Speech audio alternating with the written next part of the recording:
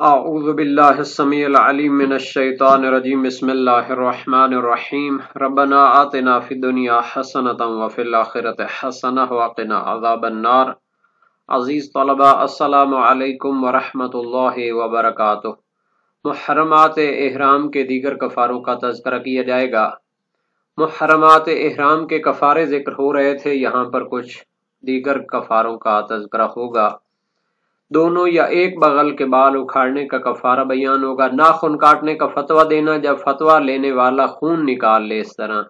تو اس کا بھی کفارہ ذکر ہوگا۔ متعلقہ فروعات اور مسائل بیان ہوں گے، روایات اور احادیث کا تذکرہ ہوگا، اور عبارت کی تشریح اور تطبیق بھی پیش کی جائے گی۔ فرماتے ہیں اگر دونوں بغل کے بالوں کو اکھاڑے یا ان کو کاٹے اور تراشے تو اس صورت میں ایک بکری کی قربانی کرنا واجب ہے، لیکن اگر ایک بغل کے بالوں کو اکھاڑے یا کاٹے تو اس صورت میں اس کا کفارہ 3 فقیروں کو کھانا کھلانا ہے۔ تو یہاں پر ایک سوال پیدا ہوتا ہے، اگر 2 بغل میں سے ہر ایک کی کچھ حصے کے بالوں کو کاٹا ہو یا اکھاڑا ہو، پوری بغل کے بالوں کو نہ اکھاڑا اور کاٹا ہو، تو اس صورت میں چونکہ روایت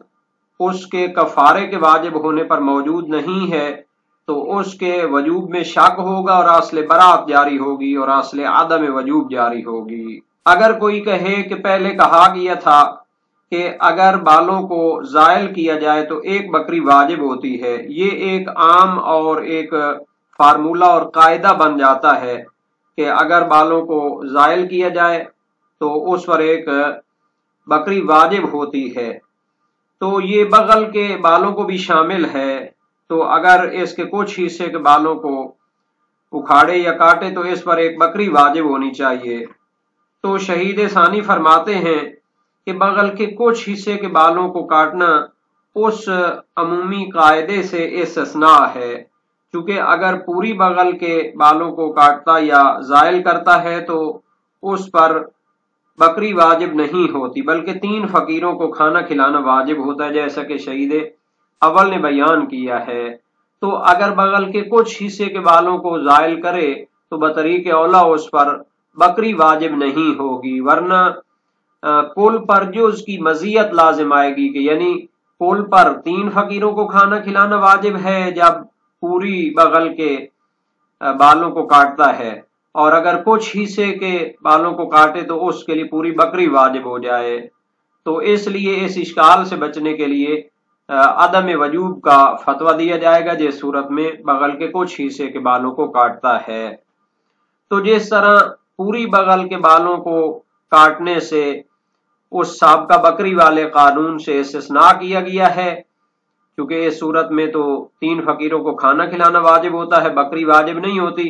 تو اسی طرح اگر بغل کے کچھ حصے کے بالوں کو زائل کرے تو وہ بھی استثناء ہوگا اور اس پر بھی بکری واجب نہیں ہوگی۔ عبارت کو دیکھتے ہیں، فرماتے ہیں او ناطف ابطیہ او حلقہما وفی احدہما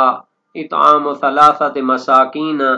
اما لو ناطف بعض کل منہما فاصالۃ البراءۃ تقتضی عدم وجوب شیء، یا اپنی دونوں بغلوں کے بالوں کو اکھاڑے اور حلقہما یا ان کو مونڈے اور کاٹے تو اس صورت میں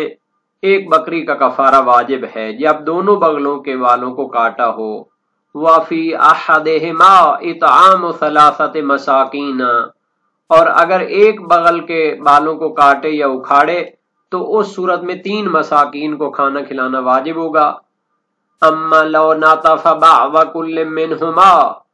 اگر دونوں بغلوں میں سے ہر ایک کے کچھ بالوں کو کاٹے اور اکھاڑے فاصالۃ البراءۃ تقتضی عدم وجوب شیء، تو اس صورت میں اصالت البراءت جاری ہوگی اور کسی چیز کا جو کفارہ ہے وہ واجب نہ ہونے کا تقاضا کرتی ہے۔ چونکہ ہمیں اس صورت میں کفارہ واجب ہونے میں شک ہے تو جب تک کفارہ واجب ہونے کے معتبر دلیل نہ مل جائے تو اصالت براءت جاری ہوتی ہے۔ اس میں اخباری اور اصولی سب کا اتفاق ہوتا ہے کہ اصالت الوجوب جب تک وجوب کی معتبر دلیل نہ مل جائے تو اس میں وجوب کی نفی کے لیے اصالت البراءت جاری ہوتی ہے۔ وَهُوَ مُسْتَثْنًى مِّنْ عُمُومِ إِزَالَةِ الشَّعْرِ الْمُوجِبِ لِلشَّاطِ لِعَدَمِ وُجُوبِهَا لِمَجْمُوعِهِ فَالْبَعْضُ أَوْلَى۔ یہ وہی دافع دخل ہے اور سوال مقدر کا جواب ہے۔ کوئی کہہ سکتا ہے کہ بالوں کو زائل کرنے کے لیے سابقاً ایک قانون بنا دیا گیا تھا کہ اگر احرام کی حالت میں کچھ بالوں کو زائل کرتا ہے تو اس کے لیے بکری واجب ہونی چاہیے،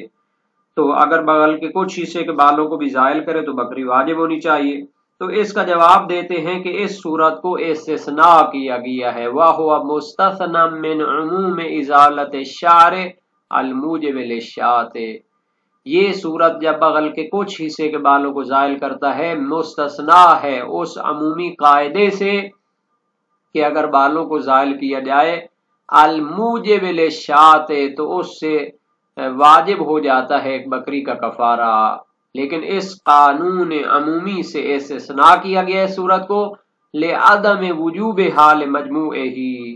چونکہ اگر ایک بغل کے سارے بال بھی وہ زائل کرتا ہے تو اس کے لیے بکری واجب نہیں ہوتی، 3 مساکین اور فقراء کو کھانا کھلایا جاتا ہے۔ جب پوری بغل کے تمام بالوں کو اکھاڑنے اور کاٹنے سے بکری واجب نہیں ہوتی فالبعض اولا، تو اس کے کچھ حصے کے بالوں کو زائل کرنے پر بکری واجب نہیں ہوگی، بے طریق اولا مفہوم اولویت سے سمجھا جاتا ہے۔ او افتا بتعلیم ظفر فعدم المستفتی، ایک مورد کہ جس میں ایک بکری کی قربانی واجب ہوتی ہے یہ ہے کہ اگر کوئی شخص فتویٰ دے کہ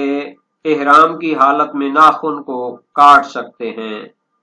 اور سوال کرنے والا احرام کی حالت میں ہو اور اپنے ناخن کو کاٹے اور اس کے ذریعے اپنا خون نکال لے، تو اس صورت میں فتویٰ دینے والے پر بکری واجب ہے، چاہے وہ خود احرام کی حالت میں ہو فتویٰ دینے والا یا احرام کی حالت میں نہ ہو، چاہے وہ معتد ہو چاہے معتد نہ ہو۔ تو یہ نہایت اہم مسئلہ ہے کہ اگر کوئی شخص کسی احرام والے کو فتویٰ دیتا ہے کہ آپ احرام کی حالت میں ناخن کاٹ سکتے ہیں اور وہ احرام والا شخص ناخن کاٹتے ہوئے خون نکال بیٹھتا ہے، تو فتویٰ دینے والے پر قربانی واجب ہے بکری کی، چاہے وہ احرام کی حالت میں نہ بھی ہو، چاہے معتد ہو چاہے معتد نہ ہو۔ او افتا بتعلیم ظفر، یا جو شخص فتویٰ دے کہ ناخن کاٹ سکتے ہیں، فعدم المستفتی، اور احرام کی حالت میں جو شخص فتویٰ لینے والا ہے وہ ناخن کاٹتے ہوئے خون نکال لے، تو فتویٰ دینے والے پر بکری کا کفارہ واجب ہے۔ والظاہر انہ لا یشترط کون المفتی محرما، ظاہر یہ ہے کہ جو فتویٰ دینے والا مفتی ہے اس کا احرام کی حالت میں ہونا بھی شرط نہیں ہے، لإطلاق النص،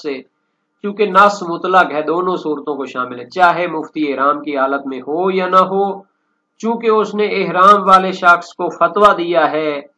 کہ آپ ناخن کاٹ سکتے ہیں اور وہ ناخن کاٹتے ہوئے خون نکال بیٹھتا ہے، تو مفتی پر واجب ہوگا ایک بکری کا کفارہ، چاہے وہ خود احرام کی حالت میں نہ ہو، لإطلاق النص سے، چونکہ نص مطلق ہے، دونوں صورتوں کو شامل ہے اور اس میں کوئی خاص قید نہیں ہے کہ اگر وہ احرام کی حالت میں ہو تو اس پر کفارہ ہوگا۔ ولا کونہ مجتہدا، اسی طرح مفتی جو فتویٰ دینے والا ہے اس پر کفارہ واجب ہوگا، چاہے وہ معتد نہ بھی ہو، چاہے معتد ہو چاہے معتد نہ ہو، تو اس پر یہ کفارہ واجب ہوگا۔ نام یشترط صلاحیتہ للافتاء بزعم المستفتی، ہاں فتویٰ لینے والے کے گمان کے مطابق اس کو فتویٰ دینے کی صلاحیت پر مشتمل ہونا شرط ہے، یعنی کم از کم جو فتویٰ لینے والا ہے اس کو معتد سمجھتا ہو، اس کو مفتی سمجھتا ہو،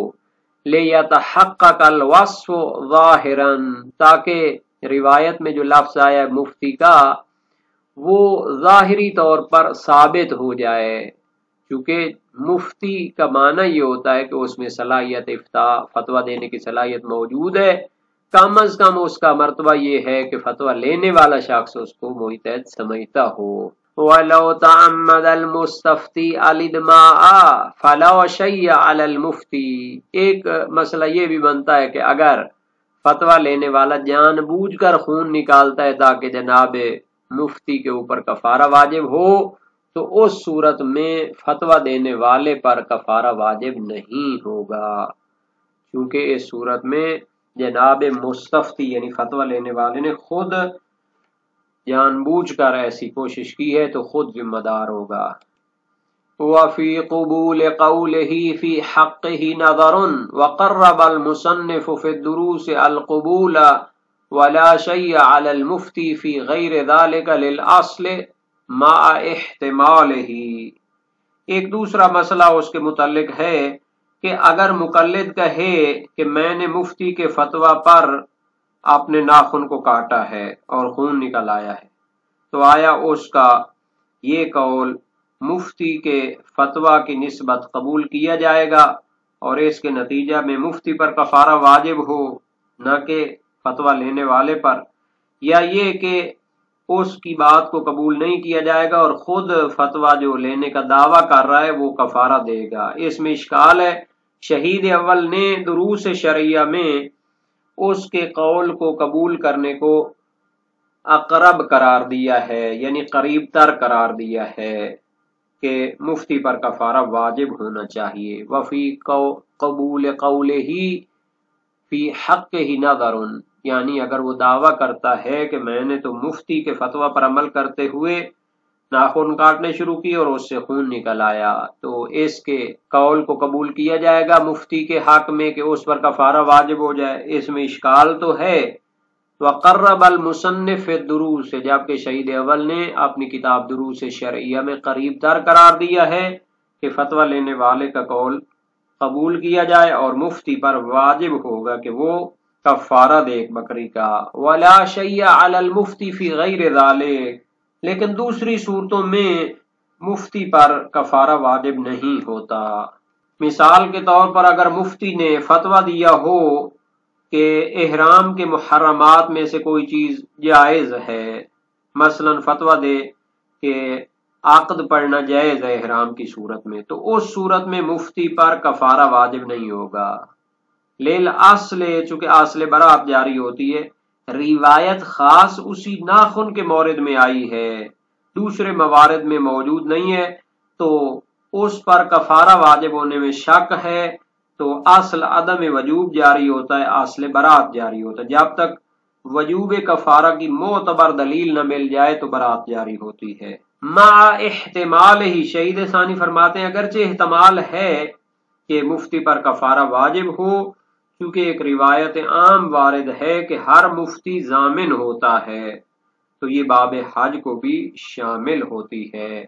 تو جہاں تک دونوں بغلوں کے بال کاٹنے کا کفارہ ہے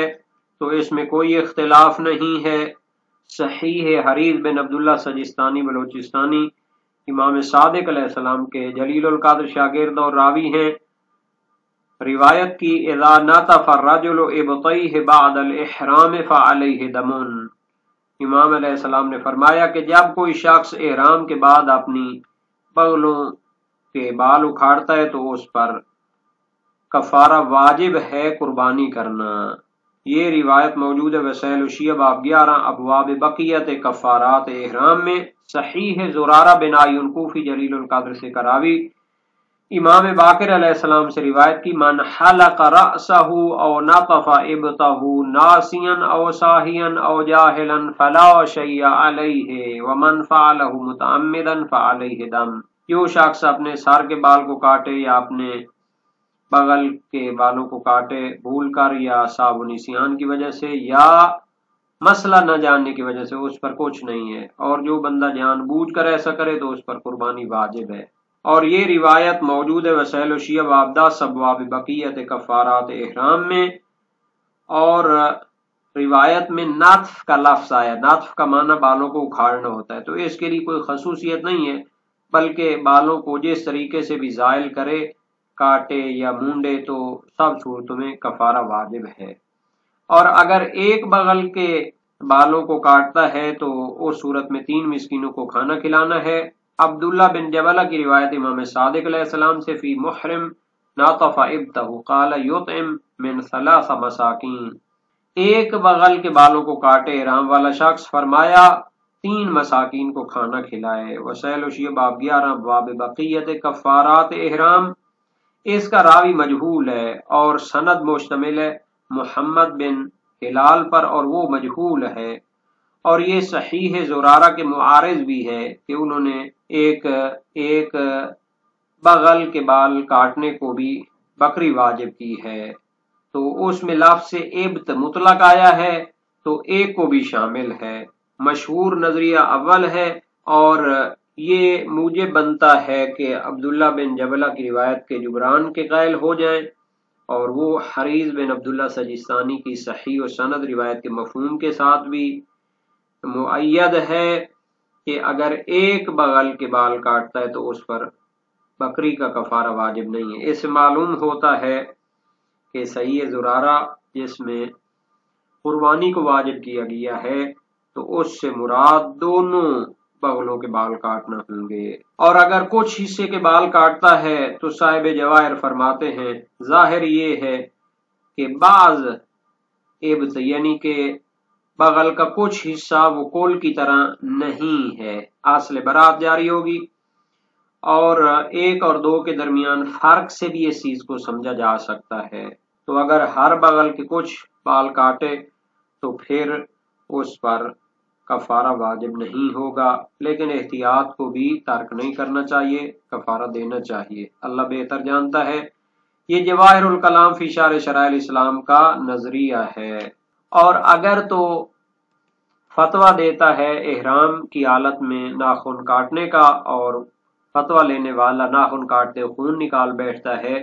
تو مفتی پر ایک بکری کا کفارہ واجب ہے، فتویٰ دینے والے پر، اس میں کوئی اختلاف نہیں۔ اسحاق سیرفی کی روایت ہے امام ابو ابراہیم علیہ السلام سے، ان رجلا احرم فقلم اظفاره فكانت اصبع له علیلہ فترک ظفرها لم يقص فافتى رجل بعدما احرم فقصه فادماه قال على الذي افتى شاة۔ وسائل وشیہ باب 13 ابواب بقیت کفارات احرام، حدیث اول۔ ایک شخص نے جب احرام باندھا تو اس سے پہلے اپنے ناخن کاٹے، تو ایک انگلی اس کی مریض تھی، کوئی اس میں مشکل تھی، تو اس نے اس کے ناخن کو چھوڑ دیا، اس کو نہیں کاٹا۔ تو کسی نے اس کو فتویٰ دیا جب وہ اس نے احرام باندھ لیا تھا کہ اس کو بھی کاٹ دو، تو اس نے کاٹا تو خون نکل آیا، فرمایا جس نے فتویٰ دیا اس پر ایک بکری کا کفارہ واجب ہے۔ اس کی روایت مشتمل ہے محمد بزاز، وہ مجہول ہے، اور زکریا مومن، اور وہ مختلط الحدیث ہے، لیکن عمل اصحاب اور مشہور کے فتویٰ کے مطابق کیونکہ بلا اختلاف یہ نظریہ دیا گیا ہے، فتویٰ دیا گیا ہے، تو اس کا جبران کا نظریہ اختیار کرتے ہیں بعض لوگ۔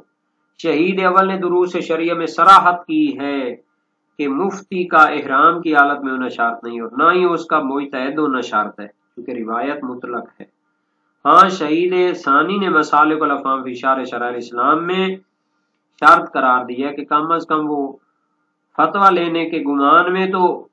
فتویٰ دینے کی صلاحیت رکھتا ہو، تاکہ اس کا مفتی ہونے والا جو صفت ہے وہ ثابت ہو جائے۔ اور اس سے پہلے ایک بحث گزری تھی، اس کا بھی دلیل کو طرف اشارہ کر دیتے ہیں کہ اگر اپنی ایک داڑھ کو